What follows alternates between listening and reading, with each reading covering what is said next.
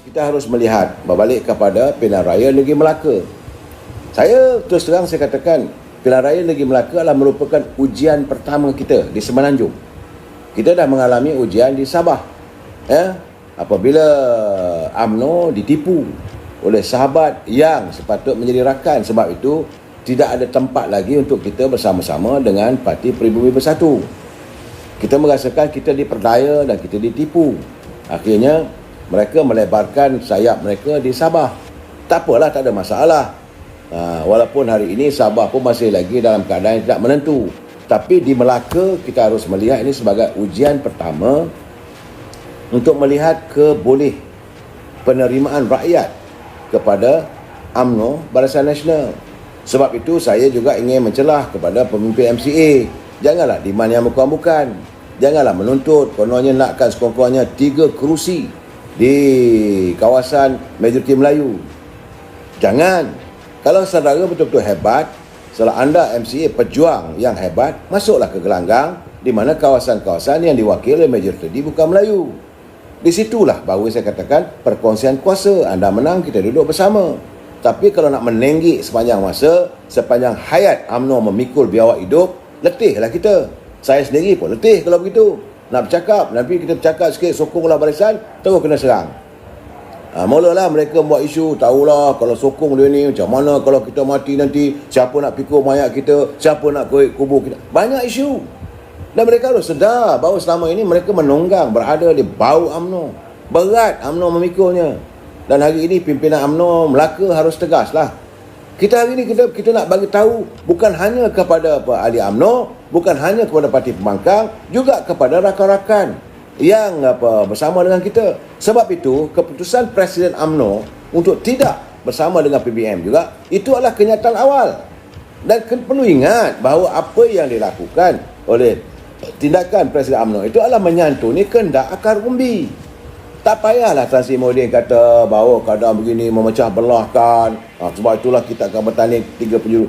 You nak bertanding 3 penjuru ke 4 penjuru ke, silakan. Gelanggang terbuka. Buktikan Parti Peribumi Bersatu ini diterima oleh rakyat ataupun tidak. Kita bukan cakap sembang, kita bukan sembang besar.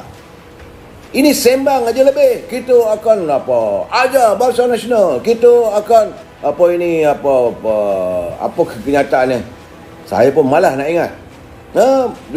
Kita akan tentang UMNO. Sembang aja. Mari kita lihat keputusan nanti.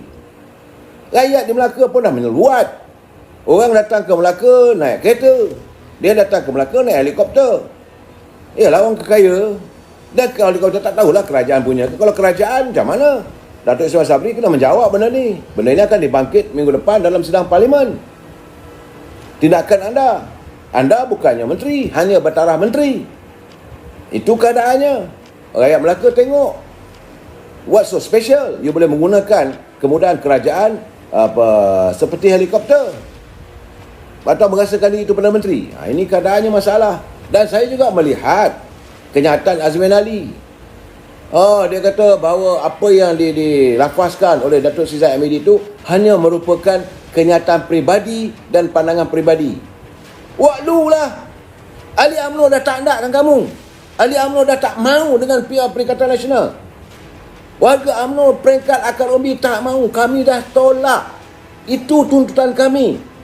Jangan lupa 15 ahli Parlimen UMNO tarik sokongan pada kerajaan Perikatan Nasional. Ini boleh kata bahawa kenyataan Presiden. Presiden adalah mengikut kehendak akar umbi. Presiden bukan buat kerja memandai-mandai. Ini tidak. Ini kenyataan. Begitu juga saya marah dengan kluster-kluster menteri. Kluster-kluster menteri. Hishamuddin buat kenyataan. Anwar Musa buat kenyataan. Syahidan Kasim buat kenyataan. Khairi Jamaluddin buat kenyataan. Kenyataan anda bukannya kenyataan yang mempertingkatkan semangat ahli UMNO. Tapi anda nak meruntuhkan keyakinan ahli UMNO. Apabila mengatakan kalau UMNO bertanding solo, maka ini akan memenangkan pada Pakatan Harapan. Apa punya kenyataan? Kalau anda panglima, pahlawan, hebat dalam perjuangan untuk UMNO, kamu buat meh. Ahli akar umbi tetap bersama dengan UMNO sebab ini tuntutan mereka. Yang takut sangat buat apa? Tentulah mereka akan memberi undi kepada orang yang diyakini. Tapi kalau anda yang sekarang ni takut hilang jawatan. Kononnya kalaulah kita bertembung dengan Perikatan Nasional, kita bertembung dengan PBM, kita bertembung dengan PAS dalam pilihan raya di Melaka, maka mereka akan menarik sokongan kepada Datuk Ismail Sabri. Maka hilanglah jawatan Datuk Ismail Sabri sebagai Perdana Menteri. Ini igawan. It is more merely anda memeta sesuatu yang bukan-bukan. Saya dah bercakap berkali-kali. Semalam saya katakan, kemarin saya katakan, dia nak tarik-tariklah. Sebab Yang Amat Berhormat Datuk Ismail Sabri telah pun mengujurkan satu jajaran baru. Lepas saja akad sumpah, dia dah mengadakan satu perjanjian persefahaman, Memorandum of Understanding, bahawa Pakatan Harapan terdiri daripada DAP, terdiri daripada PKR, terdiri daripada Amanah, tidak akan menyulitkan kepimpinan Datuk Seri Ismail Sabri. Tambah-tambah lagi, mulai minggu depan, bulan depan, kita akan berhadapan dengan bajet. Yang kamu nak ugut-ugut apa? Dan terperangkap dengan ugutan orang macam Azmin, terperangkap dengan ugutan orang macam Hamzah, terperangkap dengan ugutan Tasimuddin. Biarlah kalau mereka tarik, kita nak lihat. Apakah mereka juga nak jadi macam balaci-balaci di Melaka? Saat orang nak buat bajet ni, mereka nak runtuhkan kerajaan. Rakyat nak tengok. Saya melihat kalau ini dilakukan oleh mereka, rakyat akan lebih benci kepada mereka. Kalau benar mereka menarik sokongan kepada Datuk Ismail Sabri hanya kerana UMNO tidak bersedia untuk bersama dengan PBM dan PAS dalam pilihan raya di Melaka, orang dapat tahu bahawa mereka ini meletakkan, pentingkan jawatan mereka, nak menumpang dengan UMNO. Mereka kecewa bila UMNO tidak bersama dengan mereka. So what? Apa kita takut? Tarik-tariklah. Tapi jangan lupa, berapa ramai, berapa kerat. Apakah mereka ni lebay-lebay jadi menteri ni tak sayang jawatan? Kenapa takut sangat? Kenapa diwujudkan satu dogma, satu pemikiran seolah-olah kalau kita bertanding di Melaka, Datuk Ismail Sabri hilang sokongan. Sekarang ni apakah mereka sokong Datuk Ismail Sabri sebagai Perdana Menteri? Kalau mereka menyokong, maka semua menteri bergerak bekerja untuk rakyat. Yang kita lihat sekarang ni, mereka lebih banyak mengeluarkan kenyataan. Masalah rakyat tidak ditangani.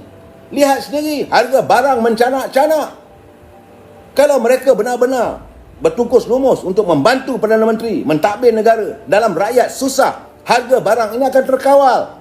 Ini nak keluar duit daripada kumpulan wang simpanan pekerja pun bertolong-tolong lagi. Masih lagi boleh tak boleh, boleh tak boleh. Nak bagi pada moratorium pun masih lagi sekejap 6 bulan, sekejap 3 bulan, sekejap tak akru dan sebagainya. Apa ni?